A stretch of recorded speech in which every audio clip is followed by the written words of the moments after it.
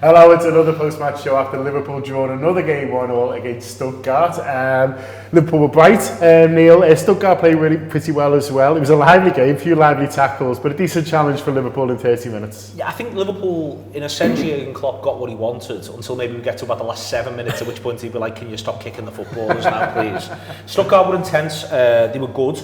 The shape was decent, they looked to play on the break against Liverpool, and I think all of that's worthy of a little bit of credit. As I say, Liverpool don't pick these teams by accident. It's not like they're just ringing round. Yeah. There's certain things they're looking for, and they'll have relationships with some clubs as well. That said, it does get a little bit feisty towards the end.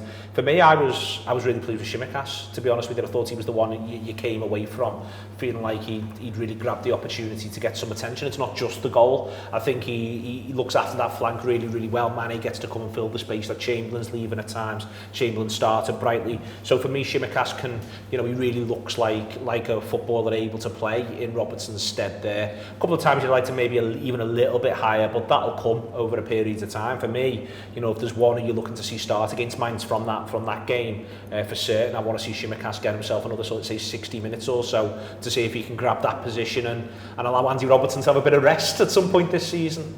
Yeah, we've got to remember with Tsimikas, Andy, that he came in with a decent reputation, they had other options at left back, but went for him. And you saw why a little bit today. I thought he linked up well with his teammates, and he, as Neil says, looked like he could be an option for us next season, which is what they got him in to do. Yeah, absolutely. I think it was just unfortunate last year with injuries and one thing and the other. Bad times as well. Bad times, and you're expecting him to bed in over 2 or 3 months, like Andy Robertson did, to be fair, when he first signed. Hopefully there's a player in there, and we will need that cover, because I think I feel Blundell, not to give him credit, made a good point today about Robertson hasn't had the rest for quite a while and could do with it.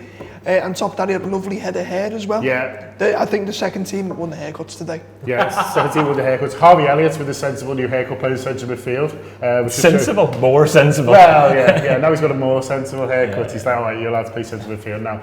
He looked great as well. He really did. Deeper, I really enjoyed sort of how close he was getting to Salah. I love the sort of signature drop of the shoulder that he does and brings it inside. He looked comfortable on both feet. He's left-footed, didn't he? Yeah. A couple of little crosses with the right foot as well. I thought he looked the brightest out of the entire team, really, and that was what I was most excited about, was because we've seen how good a season he had last season, and we want him to sort of step up and build on it. I don't think there's many of us that want to see him go out on loan again. I think we're all very excited by him at such a young age, and he's another one that against Mainz in the next game that I want to see more of, really. But I thought it was a really good performance from him. Chamberlain we enjoyed as well. Neil, we were doing the commentary on Hot Mic, which we're going to try and do for as many of the friendlies as we can, apart from the ones hoping to go to. But he was good, Chamberlain. He was really bright from the start. I think there's the fine line, and this is why at times I think there'll be people who feel as though you make a lot of excuses for Firmino because he doesn't quite get the goal return that we'd like for the last couple of seasons in different ways. Firstly, the one thing I would point out is he often scores significant goals in big games, in big moments. But the next thing I'd sort of say is it's harder to do that than it just looks at times. You saw Chamberlain, I thought he started really, really brightly, and then it gets all the way that he's getting the ball off the keeper, and that's where it feels to me like it's gone a bit too far. You need to be occupying the centre halves to then leave the centre halves to then come back and occupy them again. If you sort of see what I mean, when you end up getting sucked all the way in because you want to play, that's when it's just sort of gone a bit far, and that's the fine line of playing that position. Firmino does it so well in terms of the movement and the presence and where he needs to be and when, and that, for me, Chamberlain will be able to do that, but he says himself, he views himself as a midfielder first and foremost, so he sees that bit, all of that, he sees the whole pitch as his pitch, and I thought that you got to see loads of energy and loads of quality, but if he is going to cover for Firmino, there's the periods of time where you need to play like a number 9 to play like a false number 9, and I thought you got a lot of the false 9 in there, loads of that in, but then there still needs to be a little bit more number 9, and the best moments of the match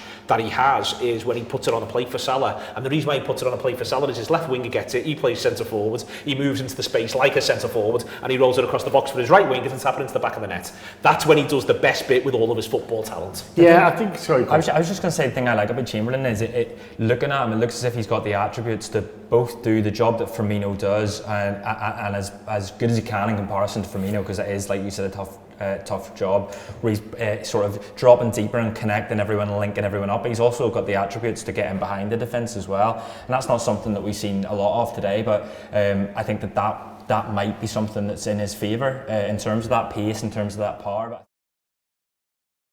Hello Reds, thanks for watching a preview of our video there. If you want to watch the full thing, just click join below and you'll get the full video as well as the rest of our premium package, including all you need before and after every Liverpool game. We'll throw in a few perks too, including discounts at the Anfield Wrap shop. Get it! So click join, get involved, see you on the other side. Up the Reds.